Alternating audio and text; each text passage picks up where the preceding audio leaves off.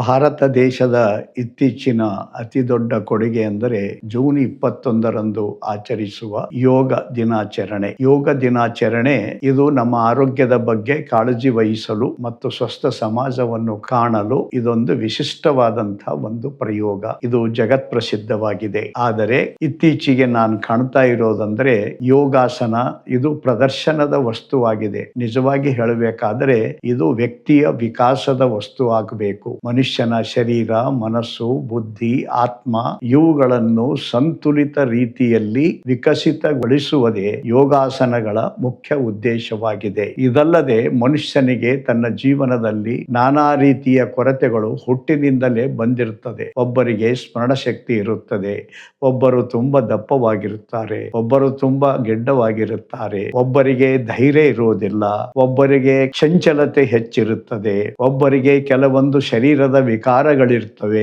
ಇವೆಲ್ಲವನ್ನು ನಿಯಂತ್ರಣ ಮಾಡುವ ದೃಷ್ಟಿಯಿಂದ ಈ ಯೋಗಾಸನಗಳಿವೆ. ನನಗೆ ಸುಮಾರು 35 ವರ್ಷಗಳ ಹಿಂದೆ ಇಂಡಿಯಲ್ಲಿ ಒಬ್ಬ ನಮ್ಮ ಗೆಳೆಯರ ಮನೆಗೆ ಹೋಗಿದ್ದೆ. ಅಲ್ಲಿ ತಂದೆ ಮತ್ತು ಮಗ ಇಬ್ಬರು ಯೋಗಾಸನವನ್ನು ಮಾಡೋದನ್ನು ನಾನು ಮುಂಜಾನೆ ನೋಡಿದೆ. ಸುಮಾರು 10-12 ನಿಮಿಷದಲ್ಲಿ ತಂದೆ ಮತ್ತು ಮಗ ಇಬ್ಬರು 80 ಯೋಗಾಸನಗಳನ್ನು ಮಾಡಿದರು. ನನಗೆ ತುಂಬಾ ಆಶ್ಚರ್ಯವಾಯಿತು. ಯೋಗಾಸನ ಅಂದರೆ ಇದು PT ಅಲ್ಲ. ನಿಜವಾಗಿ ಹೇಳಬೇಕಾದರೆ ಯಾವುದೇ ಒಂದು ಯೋಗಾಸನದ ಸ್ಥಿತಿಯಲ್ಲಿದ್ದಾಗ ನಾವು ಸುಮಾರು 3 ನಿಮಿಷದಲ್ಲಿ ಅದರ ಸ್ಥಿತಿಯನ್ನು ಸಂಪೂರ್ಣವಾಗಿ ಬಳಕೆ ಮಾಡಿದಾಗ ಮಾತ್ರ ಅದರ ಲಾಭ ಬರುತ್ತದೆ. ಪ್ರತಿಯೊಬ್ಬ ಮನುಷ್ಯನಿಗೆ ತಮ್ಮ ಶರೀರದಲ್ಲಿರುವ ನಾನಾ ರೀತಿಯ ವಿಕೃತಿಗಳು ಮತ್ತು ಶರೀರದಲ್ಲಿರ್ತಕ್ಕಂಥ ಏರುಪೇರುಗಳನ್ನು ದೂರು ಮಾಡುವ ದೃಷ್ಟಿಯಿಂದ ಒಬ್ಬ ಮನುಷ್ಯನಿಗೆ ನನಗೆ ತಿಳಿದ ಮಟ್ಟಿಗೆ 4 ಯೋಗಗಳನ್ನು ಅವನು ಸುಸೂತ್ರವಾಗಿ ತನ್ನ ಜೀವನದಲ್ಲಿ ಮಾಡಿಕೊಂಡು ಹೋದರೆ ಅವನು ಅತ್ಯಂತ ಸಫಲ ವ್ಯಕ್ತಿಯಾಗಿ ಬದುಕ್ತಾನೆ. ಅದರ ಜೊತೆಯಲ್ಲಿ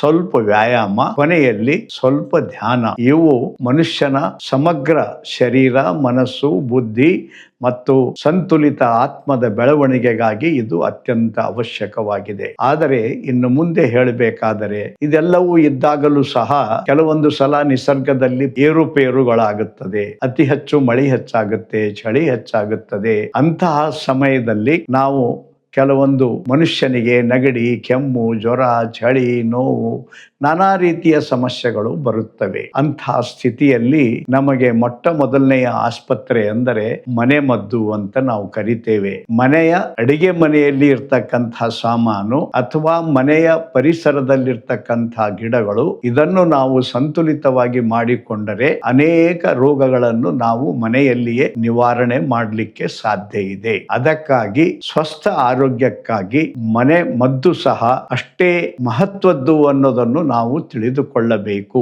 ಇದರ ಜೊತೆಯಲ್ಲಿ ಮೂರನೇದಾಗಿ ಅದು ನಮ್ಮ ಜೀವನದಲ್ಲಿ ಆಹಾರ ಮತ್ತು ವಿಹಾರ. ನಾವು ಎಂತಹ ಆಹಾರವನ್ನು ತಿನ್ನುತ್ತೇವೆ, ಎಂತಹ ಜೀವನ ಶೈಲಿಯನ್ನು ನಾವು ನಡೆಸ್ತೇವೆ, ಅದು ಸಹ ನಮ್ಮ ಆರೋಗ್ಯದ ಮೇಲೆ ಗಂಭೀರವಾದ ಪರಿಣಾಮ ಬೀರುತ್ತದೆ. ಕೇವಲ ಯೋಗಾಸನವನ್ನು ಒಂದನ್ನು ಮಾಡಿ ಏನ್ ಬೇಕಾದ್ರೂ ತಿಂತೀವಿ, ಏನ್ ಬೇಕಾದಂಗೆ ಇರ್ತೀವಿ, ಏನ್ ಬೇಕಾದಂಗೆ ಕುಡಿತೀವಿ ಅಂತಂದ್ರೆ ಅವನು ಆರೋಗ್ಯವಂತನಾದಂತ ವ್ಯಕ್ತಿ ಆಗಲಿಕ್ಕೆ ಸಾಧ್ಯ ಇಲ್ಲ. ನಮ್ಮ ನಾಡಿನ ಶ್ರೇಷ್ಠ ವೈದ್ಯರಾಗಿರ್ತಕ್ಕಂಥ ಶ್ರೀ CR ಚಂದ್ರಶೇಖರ್ ಅವರು ಒಂದು ಮಾತು ಹೇಳಿದ್ದಾರೆ.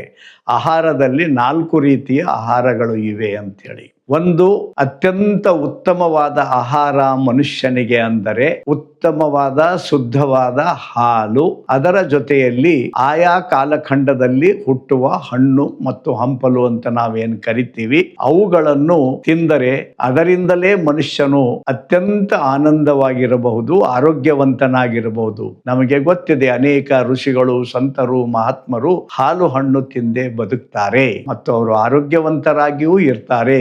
ಇದು ಮೊದಲನೆಯ ಅತ್ಯಂತ ಉತ್ಕೃಷ್ಟವಾದ ಆರೋಗ್ಯದ ಆಹಾರ ಅಂತ ನಾನು ಹೇಳಬಹುದು. ಎರಡನೇದಾಗಿ ಯಾವ ಆಹಾರದಲ್ಲಿ ಕಾಳುಗಳಿವೆ, ಯಾವ ಆಹಾರದಲ್ಲಿ ಹಸಿರು ಕಾಯಿಪಲ್ಯ ಇದೆ, ಅದನ್ನು ಕುದಿಸಿ ಅಥವಾ ನೆನೆ ಇಟ್ಟು ನಾವು ನಮ್ಮ ಜೀವನದಲ್ಲಿ ಅದನ್ನು ಬಳಕೆ ಮಾಡಿದಾಗ, ಅದರ ಜೊತೆಗೆ ನಾವು ದಿನನಿತ್ಯದ ತಿಂಡಿಯನ್ನು ತಿಂದಾಗ ಅದು ನಮಗೆ ಹೆಚ್ಚಿನ ಲಾಭವನ್ನು ಕೊಡುತ್ತದೆ. ಅದರ ಜೊತೆಯಲ್ಲಿ ಶುದ್ಧವಾದ ಹಾಲು ಈ ಶರೀರಕ್ಕೆ ಅತ್ಯಂತ ಅವಶ್ಯಕ. ಅದಕ್ಕಾಗಿ ಏನೇ ಆಗಲಿ ನಾವು ದೇಸಿ ಹಸುಗಳನ್ನು ಬೆಳೆಸಬೇಕು. ಅದರ ಹಾಲಿನ ಎಲ್ಲಾ ಉತ್ಪನ್ನ, ಮೊಸರು, ಬೆಣ್ಣೆ, ತುಪ್ಪ, ಮಜ್ಜಿಗೆ, ಕವ್ವ ಇವುಗಳು ನಮ್ಮ ಬದುಕಿನ ಅತ್ಯಂತ ಮಹತ್ವದ ಅಂಗ ಆಗಬೇಕು ಅನ್ನುವ ಮಾತನ್ನು ಈ ಆಹಾರ ವಿಹಾರದಲ್ಲಿ ನಾನು ಹೇಳಲಿಕ್ಕೆ ಇಚ್ಛೆ ಪಡ್ತೇನೆ. ಇದಾದ ಮೇಲೆ ನಮ್ಮ ದೇಶದಲ್ಲಿ ಇನ್ನೊಂದು ಅತ್ಯಂತ ಮಹತ್ವವಾಗಿರ್ತಕ್ಕಂಥ ವಿಷಯ ಅಂತಂತಂದರೆ ಅದು ನಮ್ಮ ಬೇರೆ ಬೇರೆ ಹಬ್ಬ ಹರಿದಿನಗಳಲ್ಲಿ ಸಂಕ್ರಾಂತಿಗೆ ಒಂದು ಆಹಾರ, ದೀಪಾವಳಿಗೆ ಒಂದು ಆಹಾರ, ಹೀಗೆ ಬೇರೆ ಬೇರೆ ರೀತಿಯ ಆಹಾರಗಳನ್ನು ನಾವು ಮಾಡ್ತೇವೆ. ಅದು ಪರಿಸ್ಥಿತಿಗೆ ತಕ್ಕಂತೆ ಮನುಷ್ಯನ ಆರೋಗ್ಯವನ್ನು ಚೆನ್ನಾಗಿಡಲಿಕ್ಕಾಗಿ ನಮ್ಮ ಪೂರ್ವಜರು ಕಂಡುಕೊಂಡಿರ್ತಕ್ಕಂಥ ಆಹಾರ ಪದ್ಧತಿ. ಎಲ್ಲಿ 6 ರೀತಿಯ ವ್ಯಂಜನಗಳನ್ನು ಆಹಾರದಲ್ಲಿ ಬೆರೆಸಿ ನಮ್ಮನ್ನು ಆರೋಗ್ಯವಂತರನ್ನಾಗಿಡ್ಲಿಕ್ಕೆ ಪ್ರಯತ್ನ ಮಾಡ್ತಾರೆ. ಒಂದು ಆಹಾರದ ಬಗ್ಗೆ CR ಚಂದ್ರಶೇಖರ್ ಅವರು ಬಹಳ ಕಠೋರವಾಗಿ ವಿರೋಧ ಮಾಡಿದ್ದಾರೆ. ಮನುಷ್ಯನ ಶರೀರಕ್ಕೆ ಅತ್ಯಂತ ಭಯಾನಕ ವಿಷವೆಂದರೆ ಅತೀ ತಣ್ಣರಾಗಿರ್ತಕ್ಕಂಥ ಫ್ರೀಜ್ ನಲ್ಲಿ ಇಟ್ಟಿರ್ತಕ್ಕಂಥ ನೀರು, ಐಸ್ ಕ್ರೀಮು ಮತ್ತು ಬೇಕರಿ ಫುಡ್.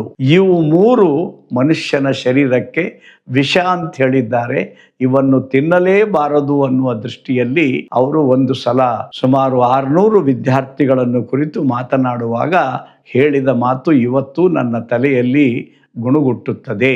ಇದು 3ನೆಯ ಪದ್ಧತಿಯಿಂದ ನಾವು ನಮ್ಮ ಆಹಾರ ವಿಹಾರದಿಂದಲೂ ನಮ್ಮ ಆರೋಗ್ಯ ಚೆನ್ನಾಗಿಟ್ಕೊಳ್ಳಿಕ್ಕಾಗುತ್ತೆ. ಕೊನೆಯಲ್ಲಿ ಪರಿಸರ ಅನ್ನುವ ಒಂದು ಭಾಗ ಇದೆ. ನಾವು ಎಂಥ ಪರಿಸರದಲ್ಲಿ ಇದ್ದೇವೆ, ಎಂಥ ಮನೆಯಲ್ಲಿ ಹುಟ್ಟಿದ್ದೇವೆ, ಎಂಥರ ಸಹವಾಸದಲ್ಲಿ ನಾವು ಕಾಲ ಕಳೀತೇವೆ, ಇವು ಎಲ್ಲವುಗಳು ಮನುಷ್ಯನ ಮನಸ್ಸಿನ ಮೇಲೆ ದೀರ್ಘವಾದ ಪರಿಣಾಮಗಳನ್ನು ಮಾಡುತ್ತವೆ.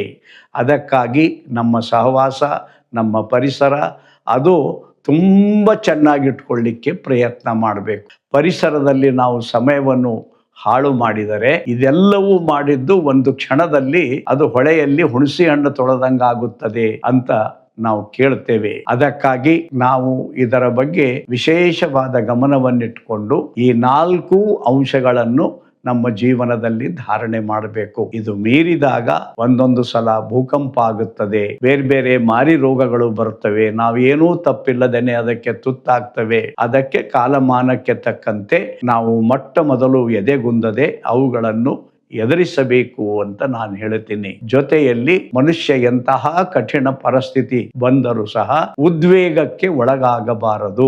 ತನ್ನ ಶರೀರದ ಮೇಲಿನ ನಿಯಂತ್ರಣವನ್ನು ಕಳೆದುಕೊಳ್ಳಬಾರದು. ಅವನು ತನ್ನ ಶರೀರದಲ್ಲಿ ಎಷ್ಟು ನಿಯಂತ್ರಣ ಇಟ್ಕೊಳ್ತಾನೋ, ಎಷ್ಟು ತಾಳ್ಮೆಯಿಂದಿರುತ್ತಾನೋ ಅವನೇ ನಿಜವಾದ ಶೂರ, ವೀರ, ಧೀರ ಅಂತ ಹೇಳಲಿಕ್ಕೆ ಬರ್ತದೆ. ಪ್ರತಿಯೊಬ್ಬರ ಜೀವನದಲ್ಲಿ ಈ ರೀತಿ ಉದ್ವೇಗದ ಪ್ರಸಂಗಗಳು ಬರುತ್ತವೆ. ತಾಳಿದವನು ಬಾಳಿ ಅನ್ನುವಂತಕ್ಕಂಥ ಗಾದೆ ಮಾತು ಸುಪ್ರಸಿದ್ಧವಾಗಿದೆ. ಅಂಥ ತಾಳ್ಮೆ ನಮ್ಮ ಜೀವನದ ಅಂಗ ಆಗಬೇಕು ಅಂತ ನಾನು ಹೇಳಲಿಕ್ಕೆ ಇಚ್ಛೆ ಪಡ್ತೇನೆ. ಇದಲ್ಲದೇನೆ ಇವತ್ತು ನಮ್ಮ ವಿಕಾಸ್ ಅಕಾಡೆಮಿಯ ವತಿಯಿಂದ ಈ ಯೋಗ ದಿನಾಚರಣೆಯನ್ನು ಮಾನವನ ಸಂಪೂರ್ಣ ಆರೋಗ್ಯದ ದಿನಾಚರಣೆಯನ್ನಾಗಿ ಆಚರಿಸಬೇಕು. ಅದರ ಬಗ್ಗೆ ಮುಂಜಾನೆಯ ಕಾರ್ಯಕ್ರಮ ಮುಗಿದ ಮೇಲೆ ಸಂಜೆ ಮತ್ತು ಒಂದು ವಾರದವರೆಗೆ ನಾವು ಈ ಅಂಶಗಳನ್ನು ತೆಗೆದುಕೊಂಡು ವಿಶೇಷ ಸಭೆ ಸಮಾರಂಭಗಳನ್ನು ಮಾಡಬೇಕು. ವಿದ್ಯಾರ್ಥಿಗಳ ಮಧ್ಯದಲ್ಲಿ, ಮಹಿಳೆಯರ ಮಧ್ಯದಲ್ಲಿ, ಯುವಕರ ಮಧ್ಯದಲ್ಲಿ, ಊರಿನ ಹಿರಿಯರ ಮಧ್ಯದಲ್ಲಿ ಈ ರೀತಿಯ ಕಾರ್ಯಕ್ರಮಗಳನ್ನು ಮಾಡಿ ವಿಕಾಸ್ ಅಕಾಡೆಮಿ ಇದು ಕೇವಲ ಯೋಗಾಸನಕ್ಕೆ ಸೀಮಿತವಾಗದೆ ಯೋಗಾಸನವನ್ನು ನಿಮಿತ್ತವಾಗಿ ಮಾಡಿಕೊಂಡು ನಾವು ಮನೆಮದ್ದು, ಆಹಾರ ವಿಹಾರ ಮತ್ತು ಇದರ ಜೊತೆಯಲ್ಲಿ ಪರಿಸರ ಇವೆಲ್ಲವುಗಳ ಬಗ್ಗೆ ಚಿಂತನೆ ಮಾಡಿದಾಗ ಒಂದು ಸ್ವಸ್ಥ ವ್ಯಕ್ತಿ, ಸ್ವಸ್ಥ ಸಮಾಜದ ನಿರ್ಮಾಣ ಮಾಡಲಿಕ್ಕೆ ಸಾಧ್ಯ ಇದೆ. ಇದಾಗಬೇಕಾದರೆ ಧ್ಯಾನ ಅನ್ನೋದು ಒಂದು ಅತ್ಯಂತ ಮಹತ್ವದ ಇದೆ. ಮನಸ್ಸಿನ ಏಕಾಗ್ರತೆಯ ಮುಖಾಂತರ ಕ್ರಮೇಣ ಮನುಷ್ಯ ತನ್ನ ಮೇಲೆ ನಿಯಂತ್ರಣ ಮಾಡಿಕೊಂಡು ತನ್ನನ್ನು ತಾನು ದೇವತ್ವಕ್ಕೆ ಏರಲಿಕ್ಕೆ ಸಾಧ್ಯ ಇದೆ. ಹಾಗಾದಾಗ ಮಾತ್ರ ಈ ಮನುಷ್ಯನ ಬದುಕು ಸಾರ್ಥಕವಾಗುತ್ತದೆ. ನಾನು ಪ್ರಾರ್ಥನೆ ಮಾಡ್ತೇನೆ,